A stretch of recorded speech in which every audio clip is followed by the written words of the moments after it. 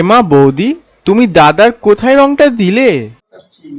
হ্যাঁ, ভালো করে মালিশ করো, দাদার যেন ওটা বড় হয়ে যায় আর রঙিন রঙিন হয়ে যায়।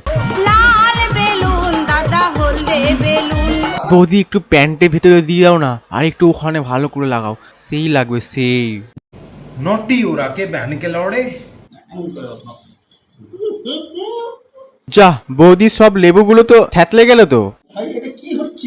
এটা সাদা বাদরনি আর কালো বাদরে খেলা হচ্ছে, তুমি দেখতে পাচ্ছ না দাদা?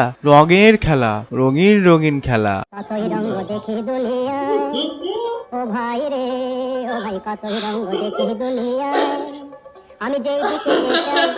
আরে বৌদি, এত হাসছো কেন? তোমার লেবুর জল সব কি পড়ে গেল?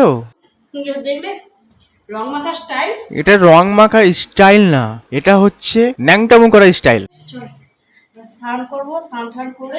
না বৌদি, তুমি স্নান টান করো না, তুমি অন্য কিছু করো, মানে রঙের রঙের খেলা খেলো, আরো দেখবো আমরা, দেখবো মানে দেখে ফাটিয়ে দেবো আমরা। তো অবশ্যই তোমরা কমেন্টস করে বলবে যে অবশ্যই তোমরা কমেন্ট করে বলবে যে দাদার বেলুনগুলো কেমন লাগলো আর রং মাখানো স্টাইলটা কেমন লাগলো, তোমরা তা কমেন্টে জানিয়ে দেবে, ঠিক আছে?